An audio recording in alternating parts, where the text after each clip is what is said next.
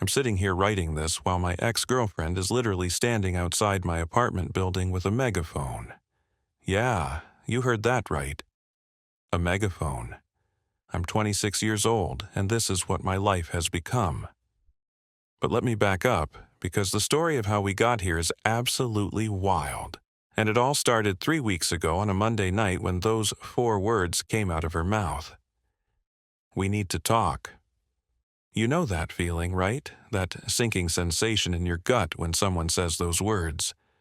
My girlfriend, Simone, 25, gorgeous, confident, the kind of woman who turns heads when she walks into a room.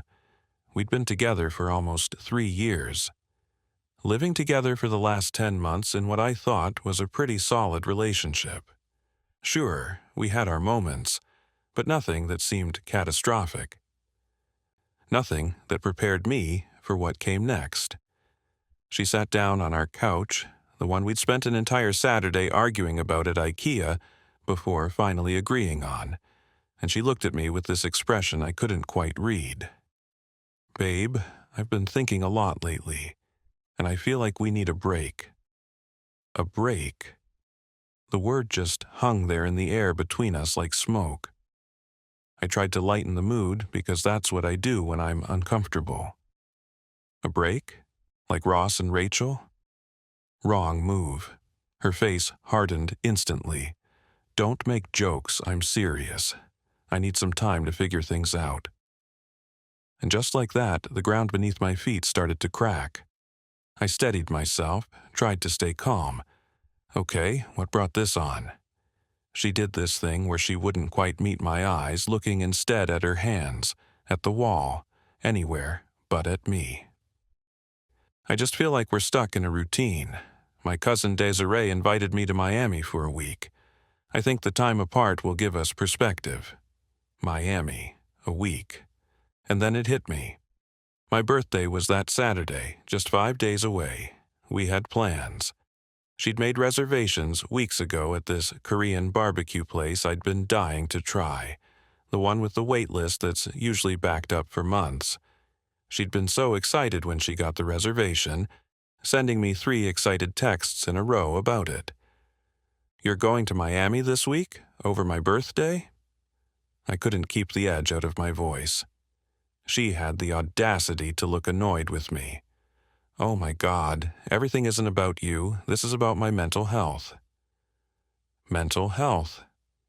The ultimate conversation ender. How do you argue with someone's mental health without looking like a complete monster? When are you leaving? I asked, keeping my voice level. Wednesday morning. 2 days away. Already booked. Already booked. She'd already purchased the ticket. Already made the plans, already decided to blow up our relationship and miss my birthday, all before having this conversation with me. Cool, I said, and I could hear how flat my voice sounded. And during this break, what are the boundaries? She looked at me like I'd just asked her to explain quantum physics. Boundaries? Yeah, boundaries. Ground rules. You know, the thing adults establish when they're temporarily suspending a relationship. We're adults, it's just time to think. That non-answer answer. I pushed further because something in my gut was screaming that I needed to know. Can we see other people? The pause that followed was too long. Way too long. Like, several seconds too long. You know how they say silence speaks volumes? This silence was writing entire novels. I mean, it's a break, so technically we're not together. Technically. That word hit different. Perfect timing, then. Something in my tone must have registered because her eyes snapped to mine. What's that supposed to mean? I just shook my head. Nothing. Enjoy Miami. Wednesday morning came too fast and too slow at the same time. She left with this quick, casual goodbye, like she was heading to work instead of potentially ending our 3-year relationship. Just a fast bye and the sound of her rolling suitcase wheels on our hardwood floor. An hour later, her Instagram story popped up. A selfie from the airport, hair perfect, makeup flawless, caption reading, self-care journey. Finding myself, with a bunch of plant and heart emojis. Self-care, right. That evening, I was sitting on our couch, well, my couch now, I guess, eating takeout straight from the container and feeling sorry for myself when my phone buzzed. It was Naomi, Simone's best friend since college. They'd been inseparable for years, the kind of friendship where they finished each other's sentences and had 1,000 inside jokes. Naomi was 24, smart, funny, the kind of person who actually listened when you talked instead of just waiting for her turn to speak. "Hey, heard about the break, that's rough. You doing okay?" I stared at the message for a second. "I'm good, thanks for checking in." She told me this morning at the airport, the timing sucks, your birthday and all. At least someone remembered. "It is what it is," I typed back, trying to sound more casual than I felt. "Still doing anything Saturday?" she asked. I hadn't even thought about it. All our plans had revolved around Simone. "Hadn't planned anything," I admitted. "That's sad. Let me take you out." Nobody should be alone on their birthday. My first instinct was to say no, to just wallow in my apartment with some whiskey and bad movies. "You don't have to do that." But she insisted. "I want to. Just as friends. Someone should celebrate you." And you know what? She was right. Better than sitting home feeling sorry for myself, refreshing Instagram to see what my girlfriend was doing in Miami. "Okay," I agreed. "Yeah, that'd be nice." Meanwhile, Simone's Instagram was telling a whole different story than self-care journey. Beach shots with drinks in elaborate glasses. Boat parties with people I didn't recognize. Sunset photos with captions about freedom and living in the moment. And then I saw him, Dante. Her ex from college, the one she'd dated for 2 years before we met. The one she'd claimed was totally in the past, nothing to worry about. And Dante, as it turned out, lived in Miami. Interesting coincidence. Really interesting. Thursday afternoon, my phone lit up with a text from Simone. "Miami is amazing. So needed this. Hope you're good." Like I was her pen pal. Like she was checking in on an acquaintance. "I'm great, enjoying my break too," I sent back, unable to keep the edge out of it even through text. "Don't be salty," she replied with an eye roll emoji. I didn't respond. What was there to say?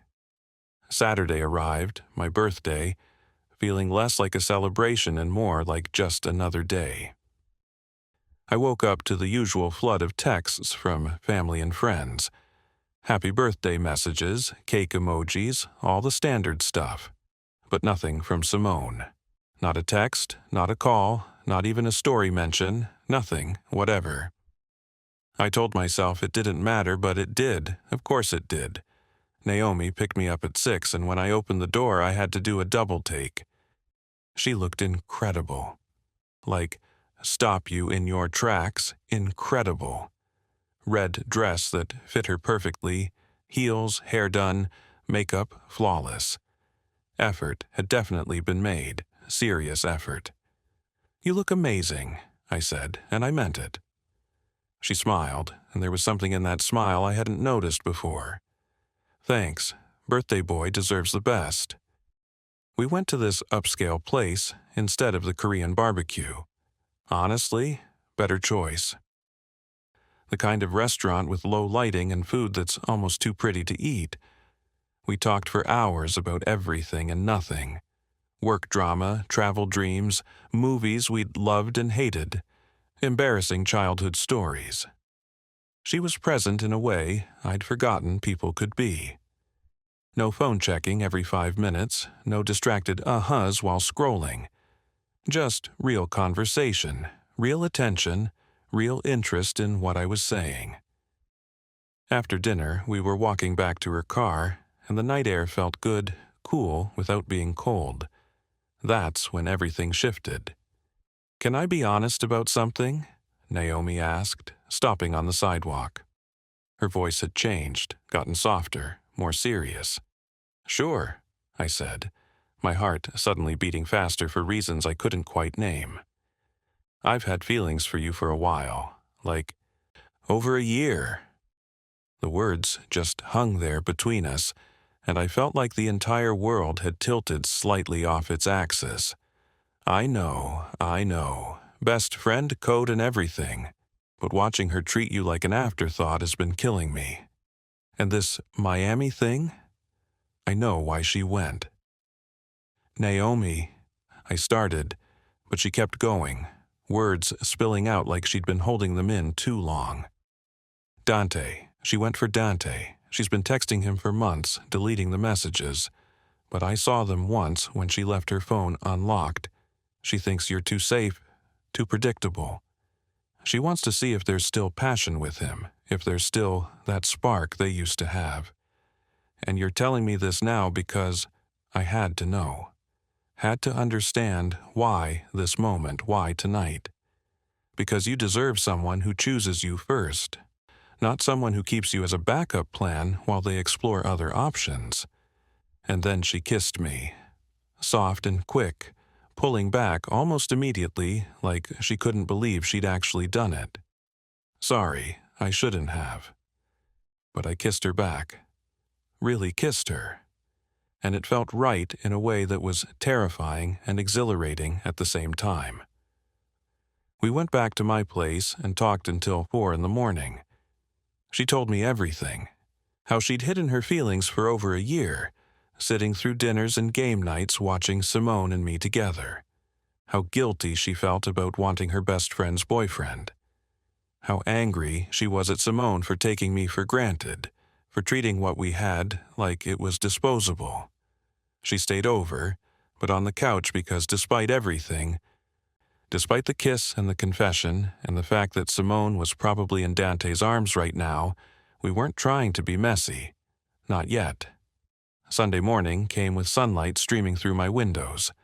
We made breakfast together, eggs and toast and coffee, and it felt natural. Easy, right. Like we'd been doing this for years instead of hours. My phone buzzed on the counter, and I already knew before I looked at it. Simone. "Happy belated birthday, having the best time. Miami is healing me." Attached was a photo of her and Dante on a yacht. His arm was around her waist, her head tilted toward his shoulder, both of them smiling like they didn't have a care in the world, like I didn't exist. Naomi saw it. "Subtle," she said, and despite everything, we both laughed. We spent the whole day together. Farmers market in the morning, browsing stalls of fresh produce and handmade crafts. A movie in the afternoon, some action thing where we ate too much popcorn and her hand found mine in the dark. Cooking dinner together that evening, moving around my kitchen like we'd choreographed it. It was the kind of easy, comfortable Sunday that Simone and I hadn't had in months. Maybe longer. That night, Naomi stayed over again. Not on the couch this time. Monday through Thursday blurred together in the best way. We kept hanging out, not defining anything, not putting labels on whatever this was becoming. Just being together. It felt good, really good to be with someone who actively wanted my company, who texted me during the day just to share something funny, who made plans and kept them. Meanwhile, Simone's Instagram stories showed a highlight reel of her and Dante. Clubs with flashing lights and expensive bottles. Beaches with crystal water and perfect sand. Restaurants with food arranged like art. Girl was documenting her entire self-care journey with her ex-boyfriend, and she wasn't even trying to hide it. Thursday night, my phone lit up again. Simone. "Landing tomorrow at 3. Can't wait to see you and talk about us. Us. Like we were still an us." "Okay," I sent back, just that one word. Just okay. I have so much clarity now. I bet she did. I bet Miami and Dante had given her all sorts of clarity. Friday afternoon, I was working from home, answering emails and trying to focus on a spreadsheet when I heard it. The sound of a key in my lock. My stomach dropped. She walked in like she owned the place, glowing with that post-vacation radiance, dragging her suitcase behind her. "Baby, I'm back," she called out, all smiles and energy. "Hey, how was Miami?" I kept my voice neutral, eyes still on my laptop. Incredible. I feel like a new person. I have so much to tell you about everything I realized. I'm sure she had a whole speech prepared. She came over to kiss me, casual and familiar, like nothing had changed. I turned my head, her lips hit my cheek. "What's wrong?" she asked, pulling back with a confused look. "We're on a break, remember? Your rules." "Well, yeah, but I'm back now. Break's over. I had my time, and now we can talk about us." "Is it?" I asked, and something in my tone must have registered because her expression changed. That's when Naomi walked out of my bedroom. She was wearing my shirt, her hair in a messy bun, looking comfortable and at home in a way that made the whole situation crystal clear. Simone froze. Complete system shutdown. You could actually see her brain trying to process what she was seeing, trying to make it make sense. "What the—" She looked from Naomi to me and back again. "Naomi?" Her voice went up an octave. "Hey, S. How was Miami? How's Dante?" Naomi's voice was calm, almost casual, but there was an edge to it. The color drained from Simone's face like someone had pulled a plug. "You two? How could you?" The betrayal in her voice would have been convincing if I didn't know the truth. "We were on a break. Your rules, remember?" I said, echoing her own words back to her. "I was gone for a week, 1 week. A week you spent with your ex. We all saw the pictures, the yacht, the clubs, the beaches. You documented everything. That's different." She was scrambling now, trying to find solid ground. "How?" Naomi asked, crossing her arms. "How is it different, Simone?" "Because I was finding myself." The volume was rising now, desperation creeping in. "In Dante's bed?" I asked quietly. Simone turned to me, tears forming in her eyes, and I could see her shifting tactics from defense to offense. This was revenge. "You slept with my best friend for revenge. You wanted to hurt me." "No," I said, standing up from my desk. "I spent time with someone who actually wanted to be here. Someone who didn't need to fly to another state to figure out if I was worth it. Someone who chose me first, instead of keeping me as a backup plan while she tested the waters with her ex." The fallout was immediate and intense.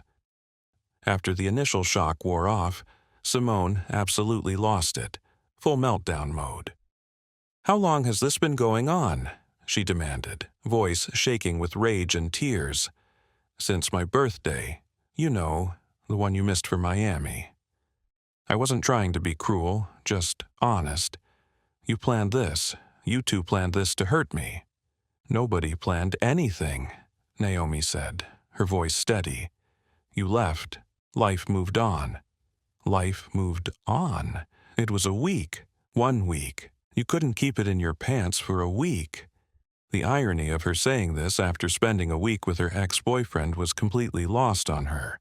Or maybe it wasn't. Maybe she just didn't care. "You said we were on a break," I reminded her. "You made the rules. You said technically we weren't together. You gave me the green light to see other people." "I didn't mean you could sleep with my best friend," she screamed, and I could hear the genuine pain underneath the anger. "Maybe you should have specified that when you were booking flights to see Dante." That's when she really started to unravel. She began grabbing things, yanking open drawers and closets, throwing stuff into a bag while crying and yelling. I want you both to know you're disgusting. This is betrayal. 3 years, and this is how you treat me? Betrayal, I said, and my voice came out harder than I intended. Is planning a trip to hook up with your ex while your boyfriend sits home alone on his birthday. Betrayal is texting someone for months and deleting the messages. Betrayal is checking out of a relationship without actually ending it because you want to test the market while keeping your safety net in place. She tried to slam the bedroom door for dramatic effect, but it was one of those soft, close hinges. It just slowly, quietly swung shut. Completely anticlimactic, I almost laughed, but that felt cruel. 20 minutes later, she emerged with 2 suitcases stuffed so full the zippers looked ready to burst. Her eyes were red, mascara smudged, and for a second I felt bad. Just a second. I'm staying with Monique. I'll be back for the rest of my stuff. Her voice was hoarse from crying. Text me when you want to come, I'll have it packed, I said, trying to keep things civil. 3 years. 3 years down the drain. She was looking at me like I was a stranger, like she couldn't recognize the person standing in front of her. You drained them yourself when you booked that flight, Naomi said quietly. Simone left, but not before delivering one final line, dripping with venom. You two deserve each other.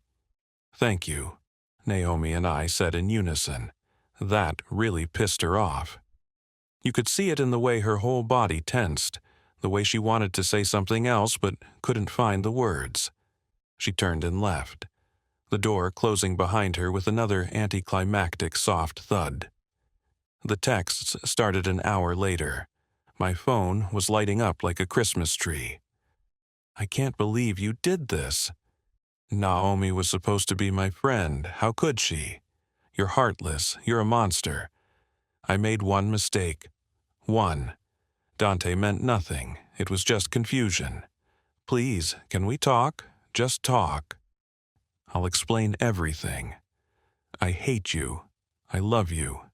You're throwing us away over nothing. This is all your fault.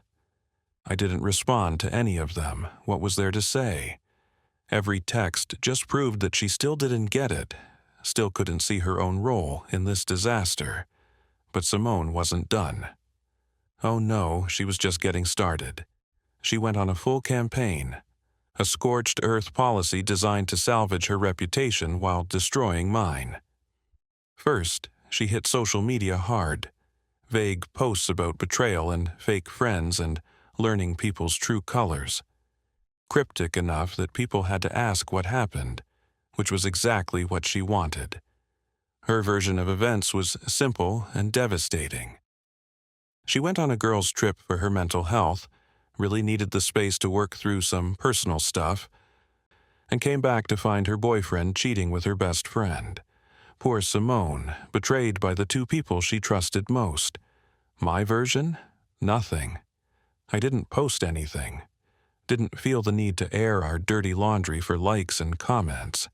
But Naomi did post something. One simple, pointed statement.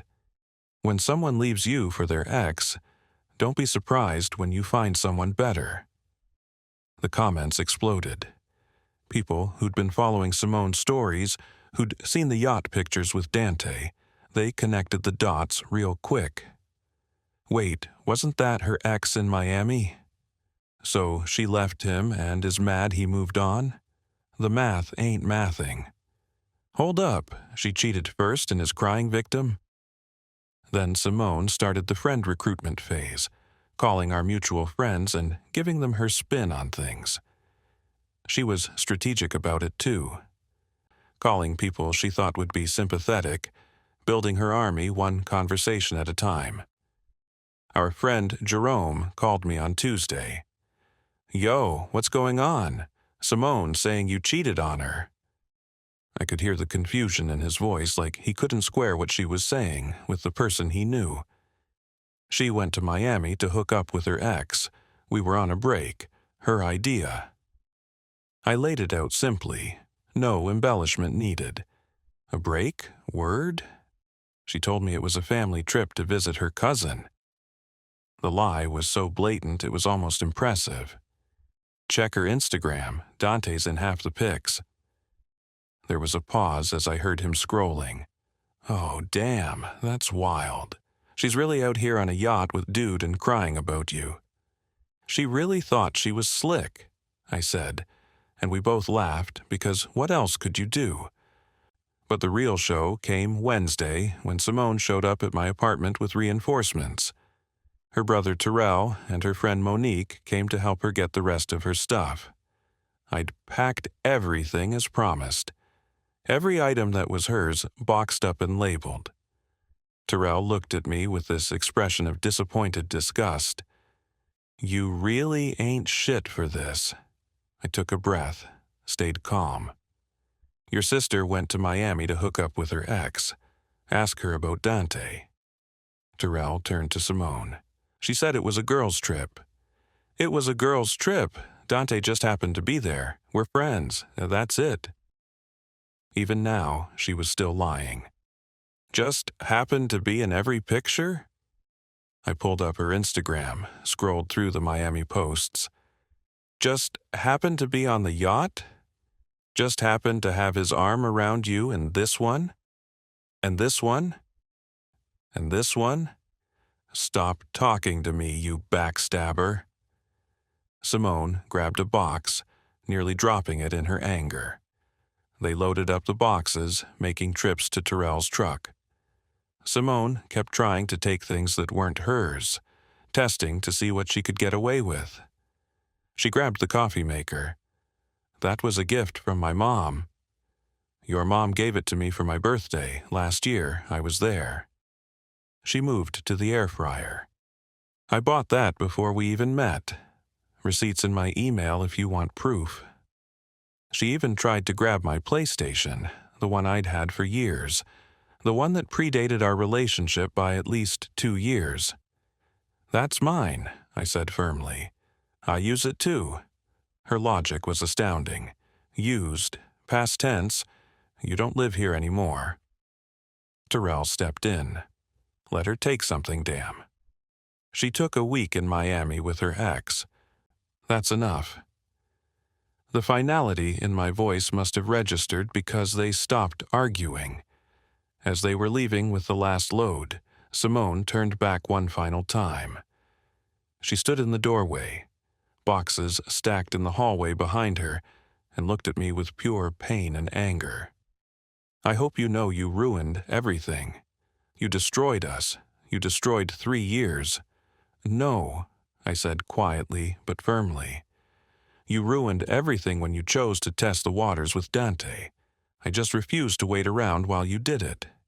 She slammed the door, or tried to. It bounced off those soft, close hinges again, swinging shut slowly and quietly. Still anticlimactic. I almost felt bad for her, but then I remembered the yacht pictures and the feeling passed. Simone went from sad and heartbroken to vindictive and calculated real quick. 2 weeks ago, she started this bizarre campaign to simultaneously win me back while destroying my life. Make it make sense. First came the love bombing phase. Flowers showed up at my job on a Monday morning. The whole office turned to look as the delivery guy walked through with this massive arrangement. The card said, "I'm sorry. Please forgive me. You're Cece." That nickname. She knew I hated that nickname. She started it 6 months in as some cute couple thing, but it always made me cringe. My coworkers had questions, lots of questions. She ordered my favorite food delivered to my apartment 3 nights in a row. Monday was Thai from that place I love. Tuesday was pizza with the specific toppings I always get. Wednesday was barbecue from that spot across town. Each one came with a note. Remember when, followed by some memory she thought would manipulate me. Then came the singing telegram. I'm not kidding. Thursday night, 8 p.m., I'm watching TV in my apartment when there's a knock on my door. I open it to find a guy in a tuxedo with a ukulele. He starts singing I Want It That Way by the Backstreet Boys because it was playing at the coffee shop where we first met. He's going full theater performance, dramatic hand gestures and everything. My neighbors poke their heads out. Mrs. Patterson from across the hall was recording on her phone. The guy, finally finished, handed me a card that said, "Come back to me," and left. I wanted to die of embarrassment. My neighbors were not amused. When the love bombing didn't work, didn't make me come running back with flowers of my own and apologies on my lips, she switched tactics completely. She went nuclear. She called my mom, who lives 3 states away and has nothing to do with any of this. Mom called me on Friday morning. Simone called me crying last night. Of course she did. What did she say? I asked, already knowing this was going to be bad. She says you're having a mental breakdown, that you're not yourself, that you pushed away everyone who cares about you. The concern in my mom's voice was genuine, and that made me angry. Angry that Simone was manipulating my own mother. I'm dating someone who actually wants to be with me. If that's a breakdown, I'll take it. She said she made one tiny mistake and you're being unforgiving, that she went on a trip and you're punishing her for it. One tiny mistake. The revision of history was impressive. She flew to another state to hook up with her ex-boyfriend, spent a week with him, missed my birthday to do it. There was a long pause. Oh, she left that part out.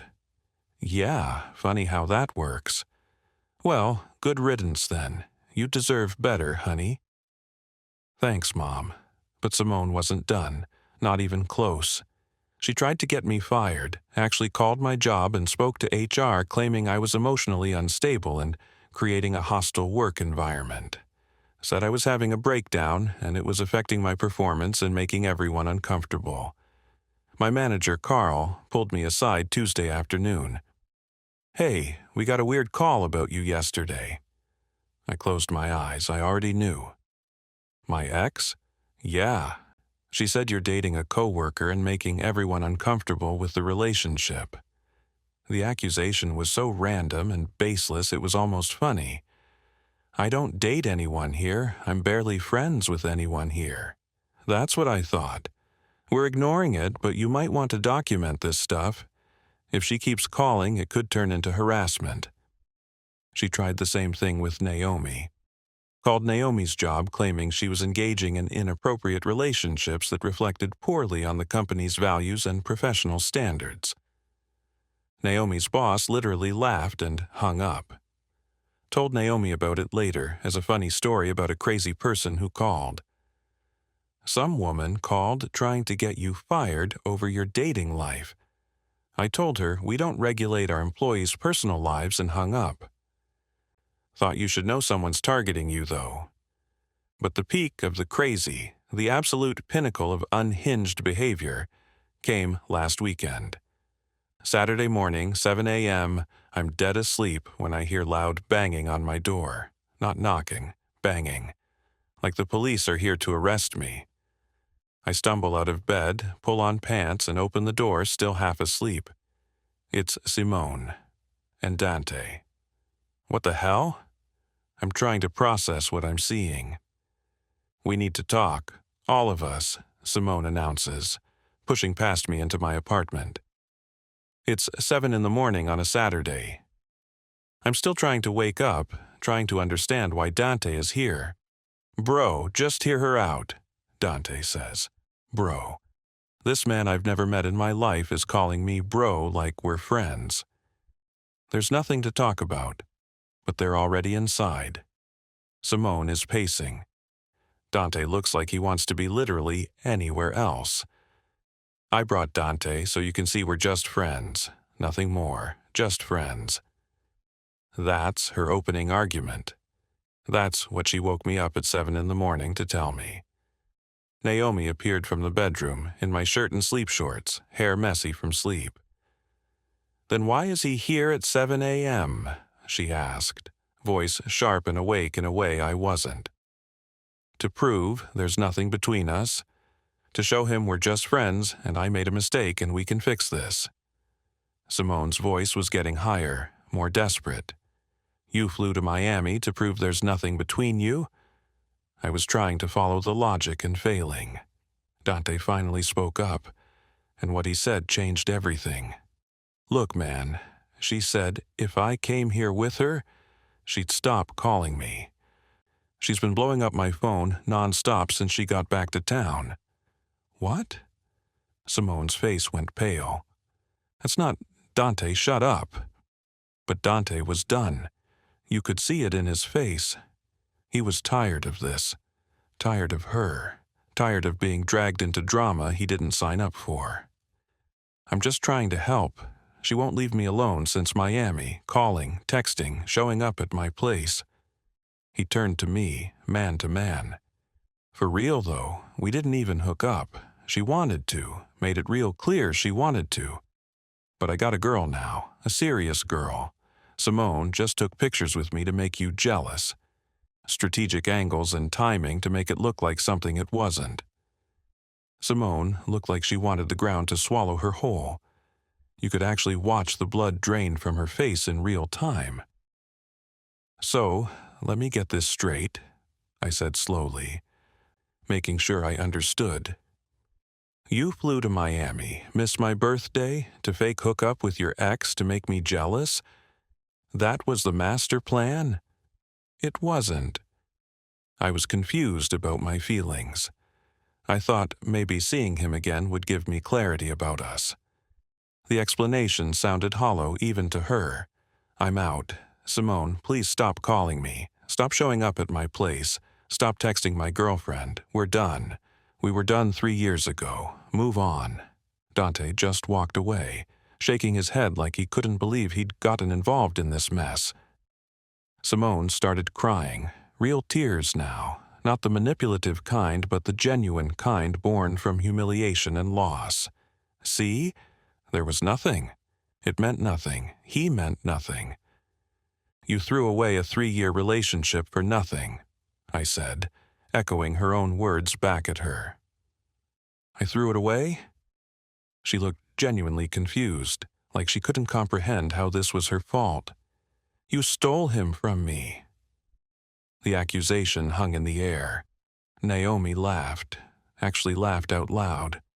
"Nobody stole anyone. You literally got on a plane and left.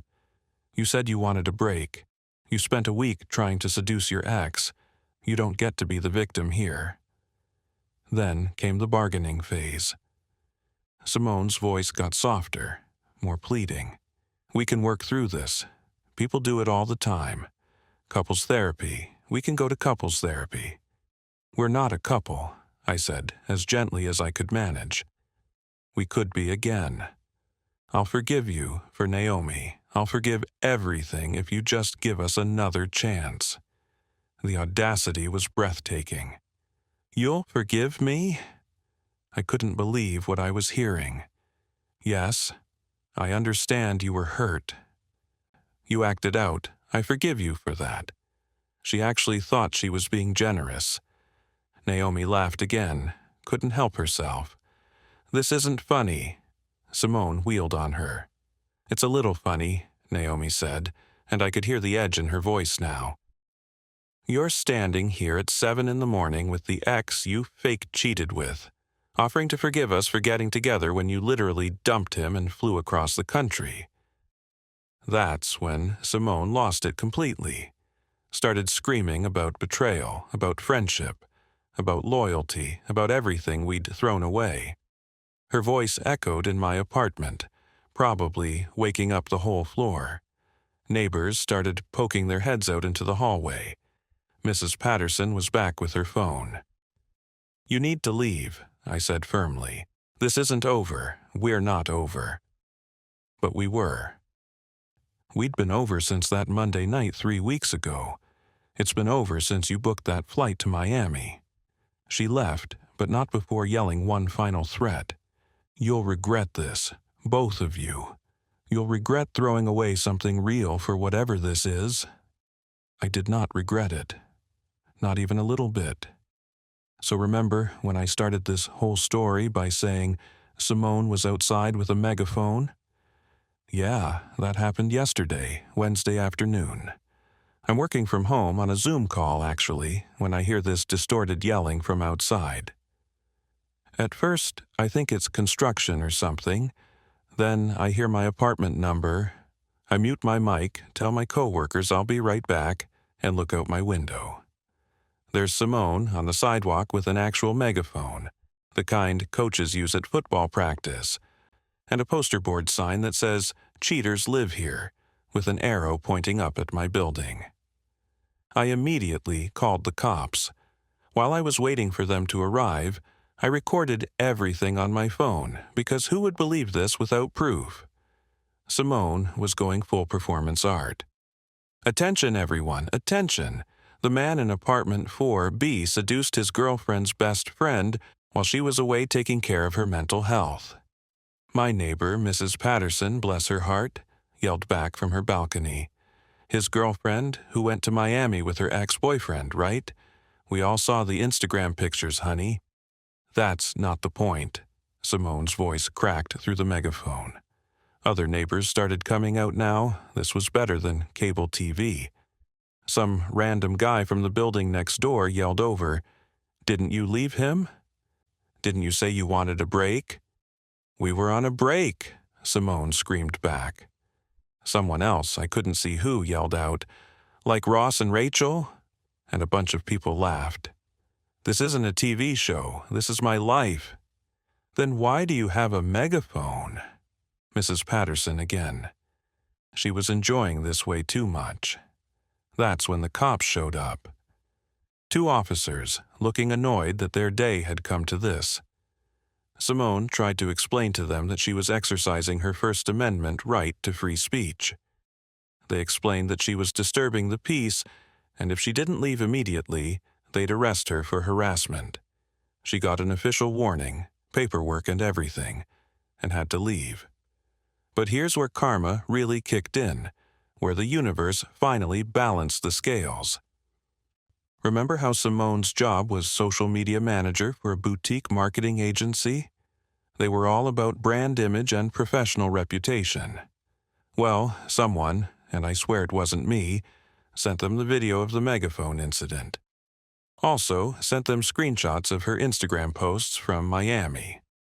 Also sent them screenshots of her admitting in texts that she went to Miami to make me jealous. They fired her. Same day. Apparently, publicly harassing an ex-boyfriend with a megaphone and creating fake cheating scenarios for social media doesn't align with their brand values. Who knew? She texted me from Monique's phone since I'd blocked her number. "I lost my job because of you. You ruined my career. You ruined my life." I didn't respond, couldn't see the point. But Naomi did respond. "You lost your job because you brought a megaphone to an apartment building at 2 in the afternoon and harassed people. That's on you." Then the real karma hit, the kind you can't make up. Dante's girlfriend reached out to Naomi on Instagram. Turns out she's a lawyer, corporate law or something, but a lawyer nonetheless. And she was not happy about Simone's continued harassment of Dante. Not happy about the fake Miami hookup situation that was apparently causing problems in their relationship. She sent Simone a cease and desist letter. Professionally written, legally binding, the whole 9 yards. Stop contacting Dante through any means. Stop posting about him on social media. Stop showing up at his residence or workplace, or face a restraining order and potential legal action. But the girlfriend also did something beautiful. She posted the real story, the actual truth of what happened in Miami, receipts and everything. Turns out Simone had been hitting up Dante for months before the Miami trip. Text after text after text. Him repeatedly saying no, saying he was in a relationship, saying they needed to stay in the past. Her not caring, saying what they had was special, saying his new girlfriend couldn't understand him like she did. Him finally blocking her number. Her finding new ways to contact him through Instagram, through mutual friends. She booked the Miami trip specifically to try to win him back. Showed up at his place unannounced. His cousin Desiree, the one who supposedly invited Simone, told the girlfriend that Simone had invited herself and she felt too awkward to say no.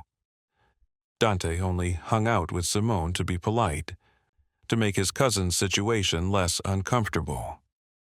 There was no romance, no rekindling, no passion. Just Simone taking strategic photos whenever she could get him in frame, angling her body to make it look intimate, posting them with captions designed to make me jealous. The girlfriend had screenshots of everything. Simone's desperate texts saying, "I know you still love me." Him saying, "I don't. I've moved on. Please stop." Her saying, "One dinner. Just one dinner to catch up." Him saying, "No, this needs to stop." Her showing up anyway. It was humiliating. Publicly, completely humiliating. The girlfriend posted it all with a caption about toxic behavior and respecting boundaries and moving on from the past. It went semi-viral in their social circle. Last I heard from mutual friends, Simone moved back in with her parents.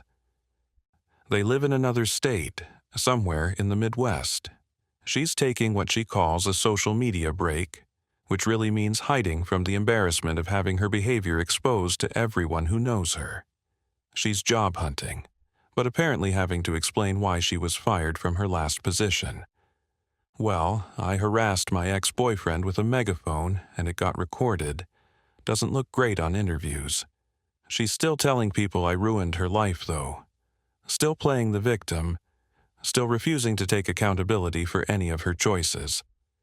Meanwhile, Naomi and I are doing really good. Like, really, genuinely good. We're taking things slow despite the dramatic start, making sure we're building something real and not just trauma bonding over Simone's chaos. We just had our 2-month anniversary, if you count from my birthday as the official start. Went to that Korean barbecue place, the one Simone had made reservations at and then canceled. Got a table, ordered way too much food, laughed until our sides hurt. No drama, no phone checking, no wondering if the other person really wants to be there. Just us, being present, being happy. My friends have been supportive. Even Jerome, who was skeptical at first, came around once he saw how different I am now, how much lighter I seem. Terrell, Simone's brother, even reached out to apologize. My bad for taking her side automatically. I didn't know about the ex thing, about Dante, about any of it. She's always been dramatic, but the megaphone was next level. Mom's making her go to therapy. "That's probably good," I said, meaning it. "Yeah, good luck with Naomi. She seems cool." "Thanks, man." So, what did I learn from all this? What are the takeaways from 3 weeks of absolute insanity? First, when someone says they need a break, they're usually breaking up with you. They're just too cowardly to say it directly. Second, actions have consequences. Even in Miami. Maybe especially in Miami. You can't fake cheat your way into making someone jealous, and then play the victim when they move on. Third, the best revenge isn't revenge at all. It's moving on with someone better. Someone who actually values you. Someone who doesn't need to fly across the country to figure out if you're worth keeping. Fourth, megaphones are never the answer. Never. Not for proposals, not for protests. Definitely not for trying to win back an ex. And fifth, soft close hinges ruin dramatic exits every single time. If you're going to storm out, make sure the door can actually slam. To Simone, if you're reading this while job hunting at your parents' house, your birthday is coming up in a couple months. I hope no one you're dating decides they need space to find themselves with their ex-boyfriend. But if they do, maybe don't fake a hookup for jealousy points. Don't harass them with a megaphone. Don't try to get them fired. Just move on. Accept that you made choices, and choices have consequences. That's it.